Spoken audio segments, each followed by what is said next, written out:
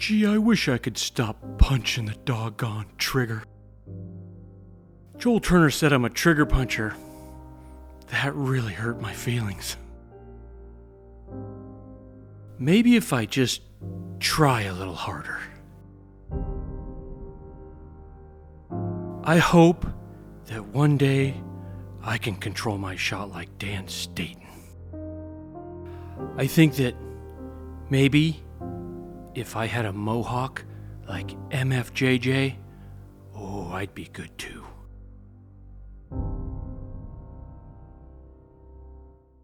So with all the stuff you were saying about going to the gym for your physical reps and whatnot, the gym is for physical reps. Archery is for mental reps. You do your physical reps perfect in the gym, you do your mental reps perfect in archery. And that's using that bow for concentration practice, man. I can't stress it enough. Don't just go shoot your bow. Use that contraption for concentration practice. It's the top. It is the top of the top for concentration in the human mind to control an archery shot. And that's what, when you control your archery shot, your life control gets way higher because all the rest of the decisions, way easier. Way easier. That's right.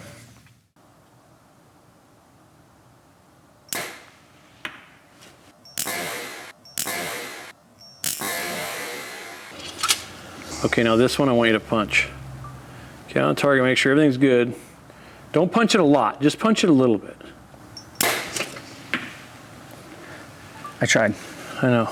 So it's tough to get somebody that has control of their shot to punch a trigger. If I keep my thumb off of it and just touch it off. Yeah, keep your thumb off of it. How far are you shooting? 66. Okay. Ready? Yep. That's garbage. That's what I'm looking for. That's exactly what I'm looking for. I didn't film that one, but you did. Yeah. Let me do another one of those. Film it. We tried to break that. Doesn't that feel dirty? Dirty. Dirty. The word, right? That's the Dirty. right word. But even you're like trying to do it right now, and your mind keeps going to your pin, and you're trying to time this thing.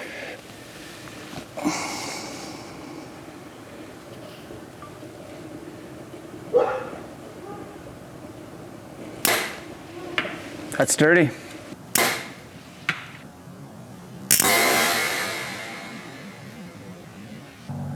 On. That's a good shot. How far are you shooting there, Dan? It's 66 or 7.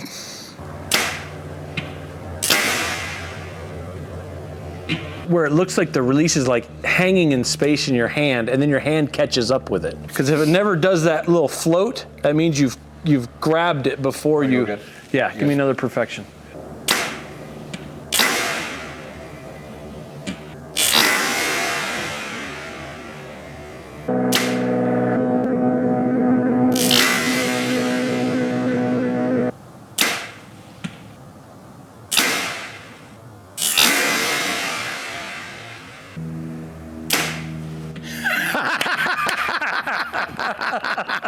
That was it.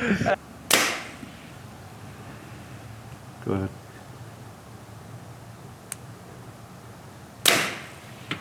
Stand on that. There you go. Look at now you're taller than me. Well, then people are gonna know something's up. So, but you're in frame, so it's good. Yeah. how do you diagnose if you have target panic, anxiety, pre-ignition movements? How do you diagnose that? How do you accept the truth? I think most of the people that we've encountered in our camps and all the instruction I've seen you do, there was a lot of folks out there that just quite honestly didn't know that they were doing that. How do you tell the difference?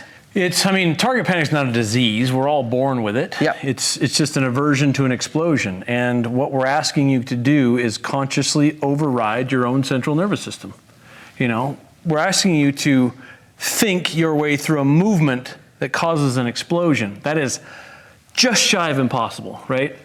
And so a lot of people are out there, like your December Chub Challenge folks are out there and they're working hard and they're doing all those hard things.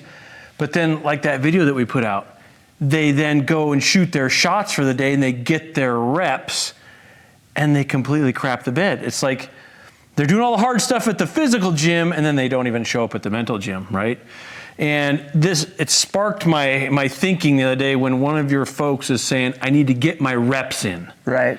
And the question that I have for you is, if you knew that the reps you were doing were actually making you weaker, would you continue to do those reps? Absolutely not. Right? I mean, you do reps in the gym to get physically stronger, but if you do reps with your bow and you are punching the trigger, you are getting mentally weaker every single time you do it.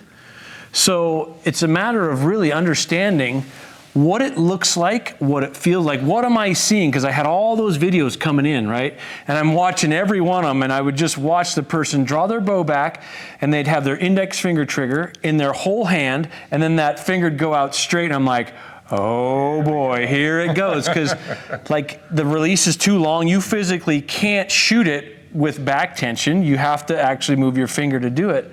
And that's pretty tough for the human mind to comprehend. It's not a rifle trigger. Right. So I would watch that and I'm like, oh, here it comes. And then I would watch, and what I'm looking for, and we did all those videos to show folks, what I'm looking for, especially when they're shooting a thumb button, is for them to draw back and aim first. And if they can see the front of your bow, what they will see in your bow as well, what they will see is a very quick aim. There is no, I mean, we're shooting 66 yards. There is no drawback and up to 66 or down to 66. It's just draw back and boom, it's there. That part is done. That's the only thing you're doing during that specific job. You're just drawing back, anchoring, aiming, level. There's a lot of things involved there, but just get it done, right? And then you address the trigger. And then you make a decision so that you can concentrate. And then the final job is the concentration portion. But what you see these folks do is blend it all together. Right? They draw back and they're not even on the target yet, and their finger goes on the trigger or their thumb goes on the button.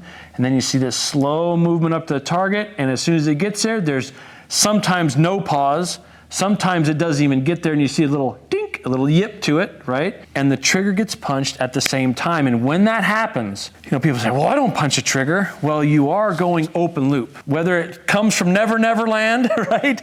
Or if it's just you're actually on the trigger and you give it a little, just a little pop, right? Yep. Just a little pop. Mm-hmm. The reaction in your body is completely different, right? Like if you go open loop, meaning too fast for you to stop or modify, it goes, and you'll see this, the wrist will not break.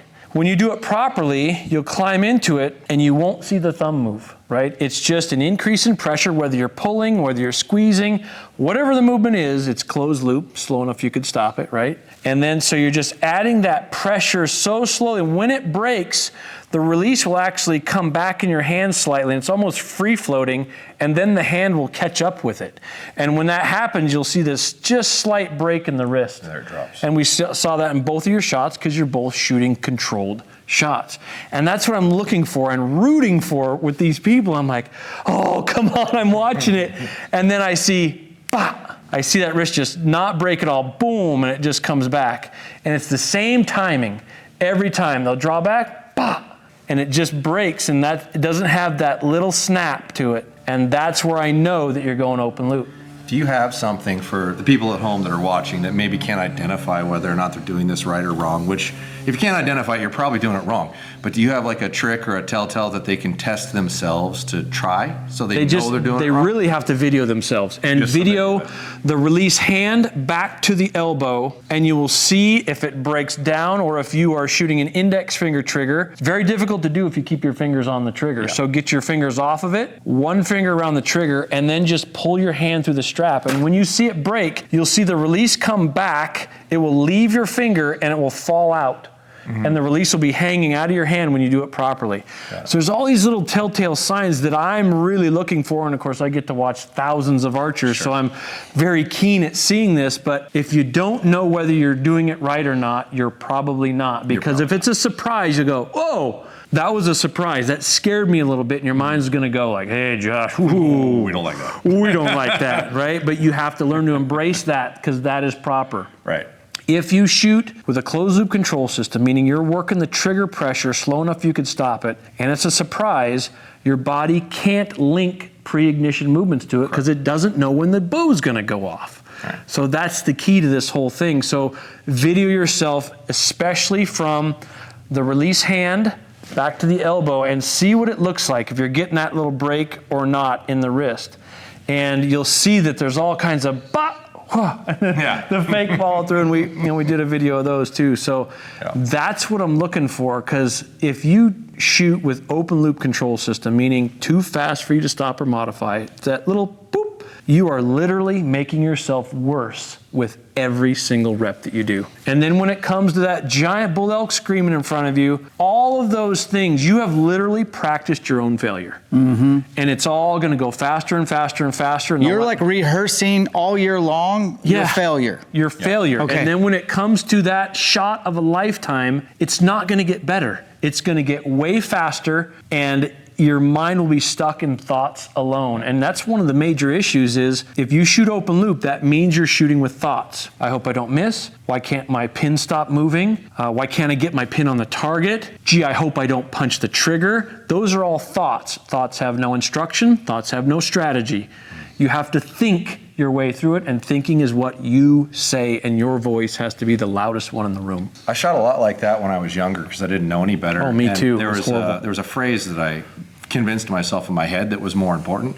It's more important to make a good shot than it is to hit the middle of the target. Absolutely. And you have to embrace that. Absolutely. Like you have to care more about the shot being right, than where you hit. And when you do that, what you're talking about is way easier to do. Right. And you don't miss nearly as often because you're not reacting. People are going out there and they're getting their reps in shooting their bow. I need you to get reps in using your bow for concentration practice. Because if you shoot that perfect shot, why wouldn't it go in the middle? You've got your pin there, it's dancing around, just enjoy the show, right? Let it do its thing, and you stay concentrated on that trigger work. And when you do that, it breaks as a surprise. Why wouldn't it go in the middle, right? Lastly, I got questions for you guys. I'm more of the knuckle dragger in the group. Index, then you have the handheld categories of a thumb barrel or thumb button. You have your hinge with a click. You also have tension activated. I wanted to speak. Thumb with a click. Yeah, thumb with the click. Thumb with the click. I wanted to speak to the last one that I mentioned. Tension activated. Tension activated can lie to you. I'm not going to say which brands of release aids, but can you just overview what that release is, and then how can it actually be lying to you? Tension activated release is a release that is activated by your holding weight, right? So you push a safety in, that disengages the mechanism inside, you hook that thing on your loop, you hold the safety and you draw back and aim. Then once the aim is done, then you let the safety off, and then you start expanding or pulling, putting pressure on the release, and at a certain breaking weight, it will actually fire. You see the same exact things though, because if people set that too light, it lies to you, because then you'll get the same and you won't see any wrist break. If you're actually pulling on that thing and it breaks as a surprise, you will still see the slight wrist break. So it's the same thing. And if you're really wondering where your mind is at, where your mind is lying during your shot, then set that sucker super hard. Or have somebody else set it for you. Right? That's true. That's fair. Have somebody set it for you. I don't know how it's set. You hook it on there, draw back. It might go off when you take the safety off. Okay, cool. Surprise break, right? Yeah. But then you have somebody crank that sucker down without you knowing it. And what you will see is they'll push the safety in, they'll draw back and aim. Then the safety comes off and they start working, and you'll see they're very tentative to pull because they're wondering, when's it going to go off?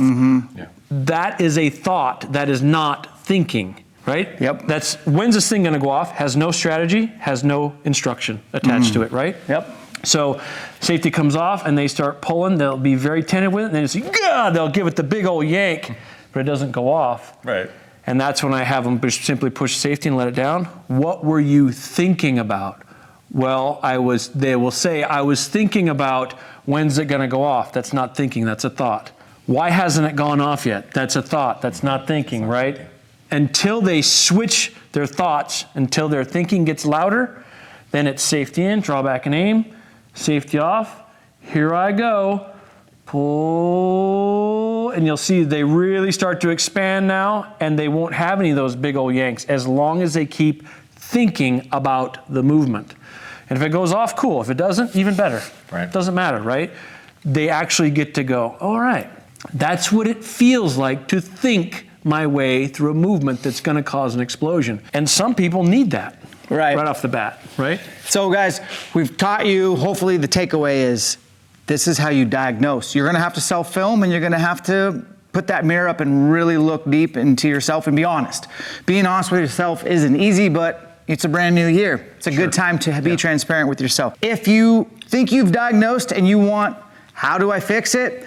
Joel won't sell it, but I will, and I have no commissions, nothing. Just honestly, I think Joel Turner changed my life, and I'd love to see him change yours. Get control of your shot process, get control of your life. Head over to Shot IQ. He's got several courses, check it out. Lastly, if you want to hang out with us three in the same room at the same time, it's only gonna happen once in 2024. We are gonna announce the dates on ElkShape.com, February 1st, and it'll be first come, first serve. Separations in the preparation. We'll catch you on the next one.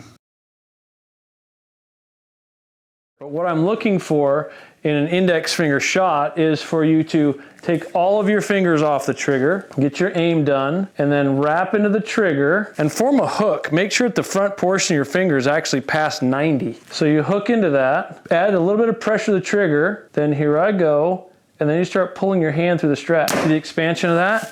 When that comes out, I still have my hook in place and the release is hanging out of your hand. That's the key. That's what we're looking for. If you're out here with your trigger finger and it just goes bop and the release stays in your hand, then that was usually a pre-ignition movement is what kept the release in your hand.